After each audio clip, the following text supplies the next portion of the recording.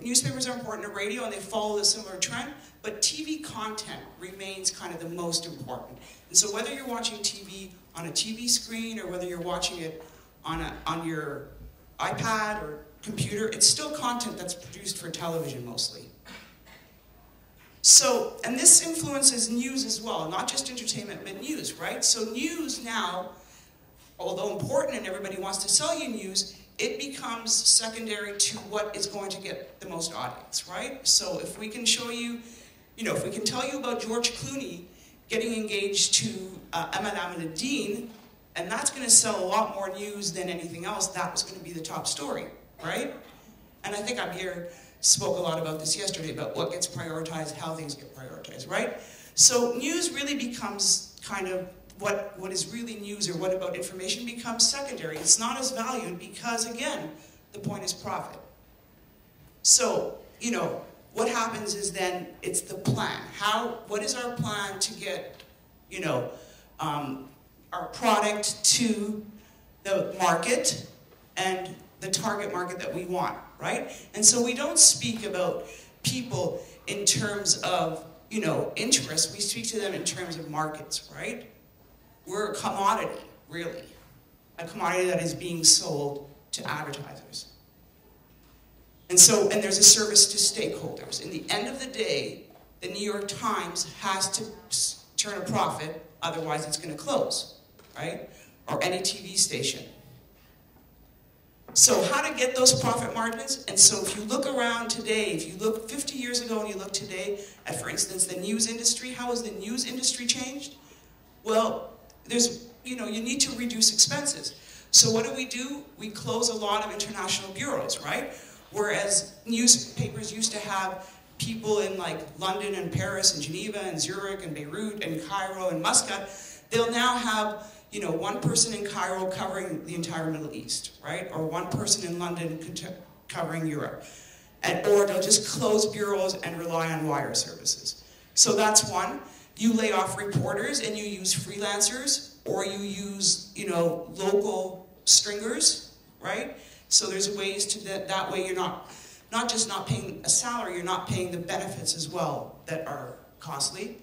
Fewer services, and then just cheaper genres, right? If you look at TV, for instance, today, why do we have so many reality TV programs, right?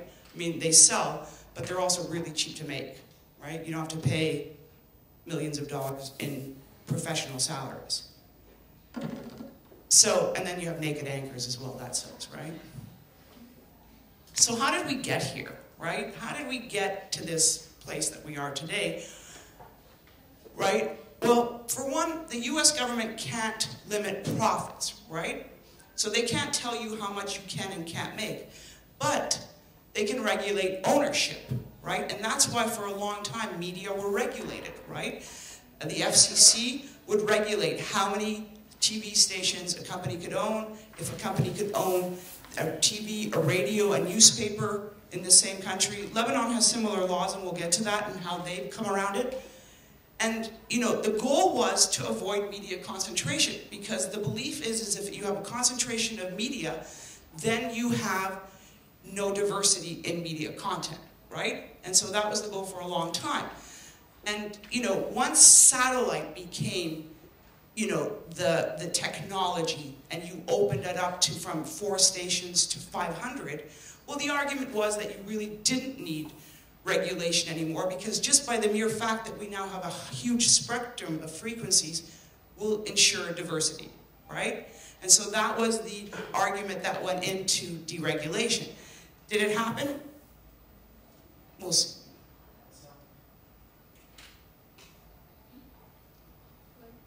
Was there a question, or? Let's hope is somebody back there for the sound?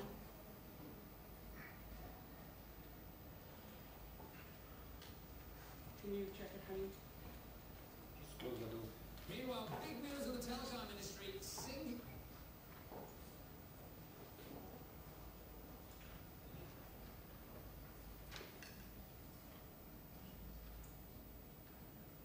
Meanwhile, big news in the telecom industry. Singular is changing its name to AT&T.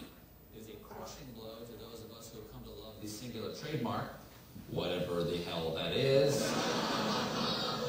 As you no doubt remember, Singular was co-owned by Bell South and SBC, which had been Southwestern Bell and Ameritech, which before that had been Illinois Bell, Wisconsin Bell, Michigan Bell, Ohio Bell, and Indiana Bell. All of those used to be AT&T.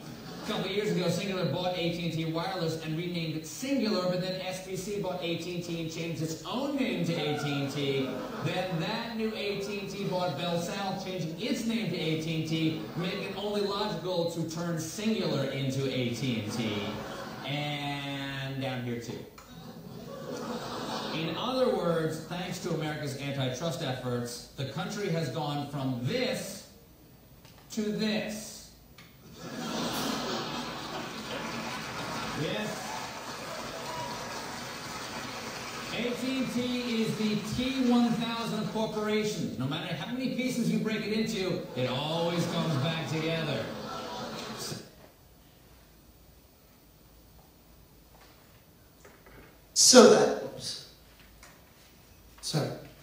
So that's just kind of a humorous way to say how we got to the numbers that are on this chart here, right? So if you look at the kind of the lower numbers, which I find the most interesting, the number of companies controlling an interest in the media listed all above in 1996 was, has gone down from 1984, 50, 1987, 26, 1996, 10, and today, that number is 2002, but it's still today.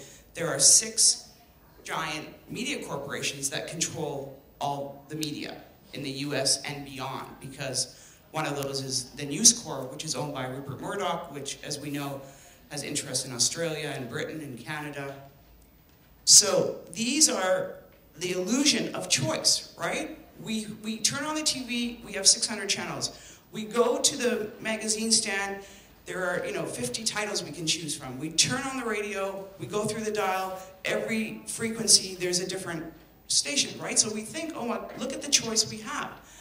But 90% of what we're hearing, reading, seeing are owned by 6 companies, right? Those 6 companies are the famous mouse, the News Corporation, which is Rupert Murdoch, Viacom, Time Warner, CBS, and Comcast, which now owns, I believe, General Electric, which owns a bunch of things. So these 6 companies own TV stations, radio stations, newspapers, magazines, and other things as well. They're not just in media. A lot of them are in other types of industries as well. So they're controlling everything that we see. So I'll just give you an example. General Electric, in 2009, their revenues were $157 billion. This is in 2009. Walt Disney, $36.1 billion. News Corp, $30.4. Time Warner, $25.8.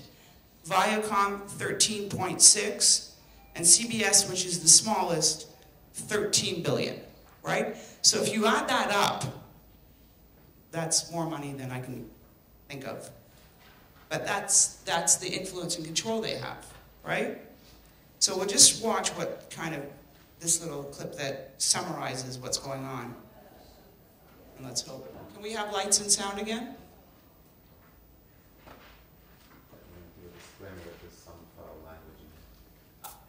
Oh yeah, there might be some not nice words in here, so. I don't even know whether global warming's bad. Me, I like warmer weather. How do you know that Bill Clinton's gay? He may not be gay, but Al Gore, total fag. No, I'm just kidding. How do we know the difference between you and those that are trying to kill us? Well, maybe open some more lines of communication.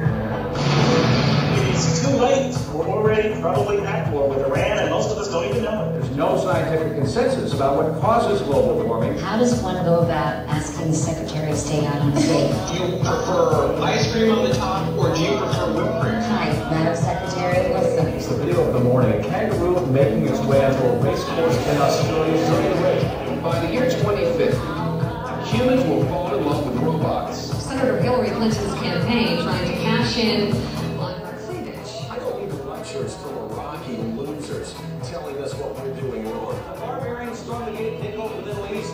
We're going to nuke the whole place.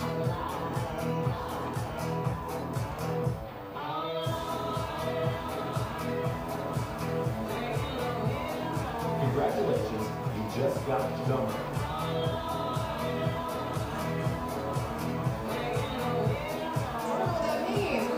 If you would let me talk, a handful of mega media corporations have gained unprecedented control over radio, television, publishing, and the internet.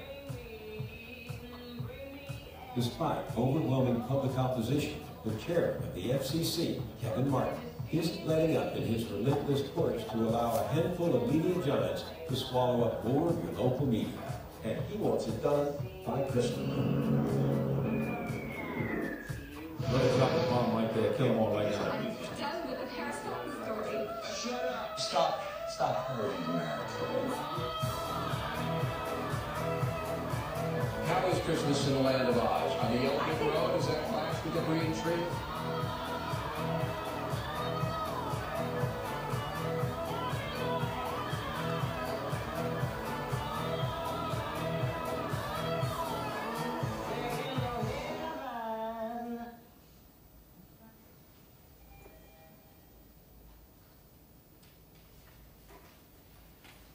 So, do we have an extra mic?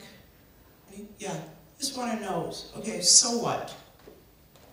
If I'm being entertained and I'm being informed, I'm getting the news I need through different sources, and I can watch comedy, I can watch horror. So what if 6 people are controlling it? What difference does it make?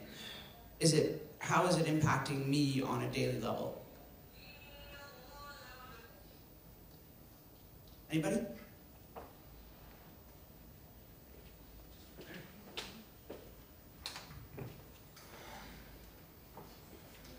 وسائل الإعلام بشكل عام تعمل على صناعة الوعي أو تغيير الوعي، لأنه أنا من خلال مشاهدتي اليومية لكم البرامج والمسلسلات اللي أحبها أيضا بنتعرض للإعلانات. الإعلانات هذه تعمل على تغيير الوعي بشكل كبير، لأنها في الأساس تقوم على ثقافة الاستهلاك. الشيء الذي لا أريده أنا مضطر أن أنا أشوفه، لما أخرج أول ما أشوفه أنا عايزة أشتريه، بالتالي هي بتصنع تأثير كبير في حياة الناس. Okay, yeah, so one thing is that we're just kind of encouraged to consume more and more, and even in some cases, we can't even tell where the program ends and the advertisement starts, right? As Seth mentioned the other day, product placement, right? We see so much, so even our own programs are encouraging us to consume. Okay, so what else? Do we have it? Well, I'm not gonna ask that, we'll come back to that. Anything else? So what if 6 companies own it? How's it affecting my life? Okay, let me ask a different question. Why? Oh, no, it's not fair. كمان عدد المعلومات اللي بنتعرف عليها، الآراء اللي بنتعرض لها بيكون محدود جدا. الكريتيسيزم، الانتقاد على الشركات الكبيرة بالذات مع أخذ بعين الاعتبار إنه العناوين الكبيرة زي تايمز وورنر وديزني بيملكوا شركات تانية، بمعنى إنه إحنا كمجتمع ما عندنا القدرة إنه نتعرف على مشاكل الشركات الكبيرة، إيش الضرر اللي ممكن تسببه لحياتنا وما إلى ذلك من أخطار. Right. Yeah. Okay. Great. Okay. So just that's great. Those are both like what I'm going to kind of elaborate on now. So if we look at media and we look at concentration of ownership, we know now that there are fewer and fewer corporations who own the media, right? And as I said before, like a company like GE, General Electric, they're not even in the media business, but they own media now. So what we have now are just these big conglomerates, Disney, Rupert Murdoch, and so they're part of a larger business. And why is that important? We'll see in a sec. And we have more and more integration, right? We have horizontal integration, which is buying other media companies, and we have, vertical integration, which is basically going up and down, right? So if I own the production company, I own the studio, I own the cinema, I can, guarantee I'm showing my things and promoting my things. And most now are both horizontally and vertically integrated, so they control various media and up and down the process. And so we get monopoly like the AT&T ad that we saw. And so the consequences, right? So if you own one media, or if you own a TV station and a newspaper and a magazine, then you can use it to self-promote, right? You can promote your own products across different media. It's easy, it's cheaper, it's guaranteed. And you use other departments to help you with that, right? And so, as Abir said, it discourages products that may harm or criticize other departments, right? And I'll get to an example in a minute. So this is GE, which is General Electric, which is one of the largest corporations in the world that produces a number of things, and they are now have been bought out by Comcast, which is an American company that deals with cable and media and all that. So these are some of the things that they own, okay? So this is all media, right? So they own TV stations, internet sites, History Channel, all this. This is what Comcast owns. And then NBC, one of the big television networks, Bravo. And this is what GE owns. So, I mean, besides making your light bulb, they also are one of the biggest makers of military aircraft parts, right? So when you watch then NBC News, it's not surprising that a lot of their coverage is pro-war, right? Why would you criticize war that's going to impact the company that owns you, right? And of course you try to promote everything that GE does and your others, right? So why do they consolidate? We spoke about this a bit. One of the reasons is that the more you merge, the more they acquire, the bigger that you get, the more influence that you have, right? And so if we look at, for instance, Time Warner, and they have all these brands, and now Facebook buying WhatsApp. Who owns Instagram? Facebook as well, right? Okay, I wasn't sure, so I didn't put it up there, but okay. So does everybody know who this guy is? He owns something really, really, really, really big.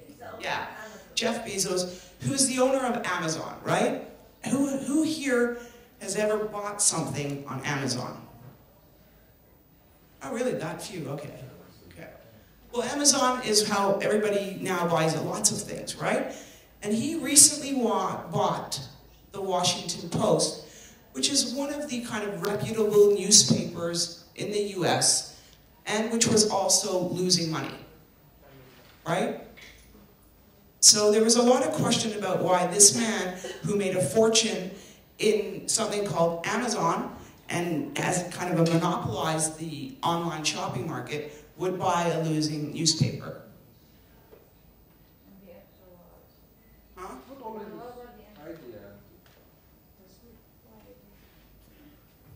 Now we have own channel in the media. It's usually, you have a lot of channel, it's making attack like to Amazon. Now we have some channel to say what he have opinion. So it'll help Amazon? Yes. Okay, perhaps.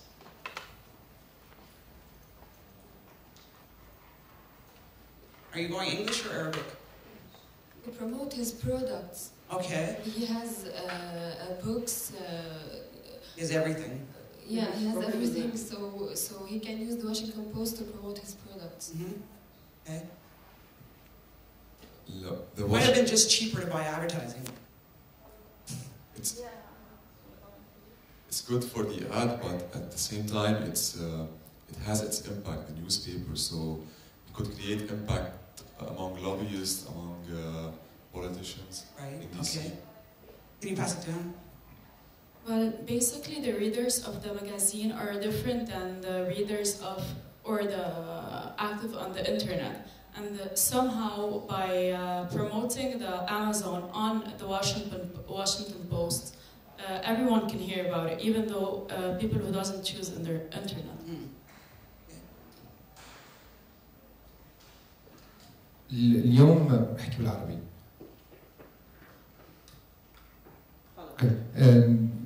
اليوم بالعالم كله بيعرف واشنطن بوست وبياخذ منه آراء.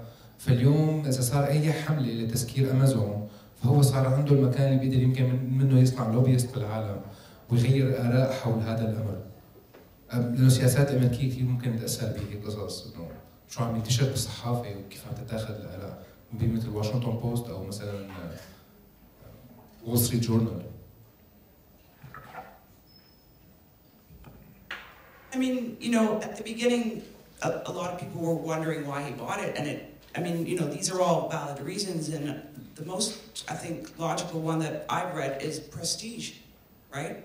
The Washington Post is a really prestigious paper, and perhaps that was his, you know, way of prestigious, or maybe it's the beginning of, you know, and the empire that he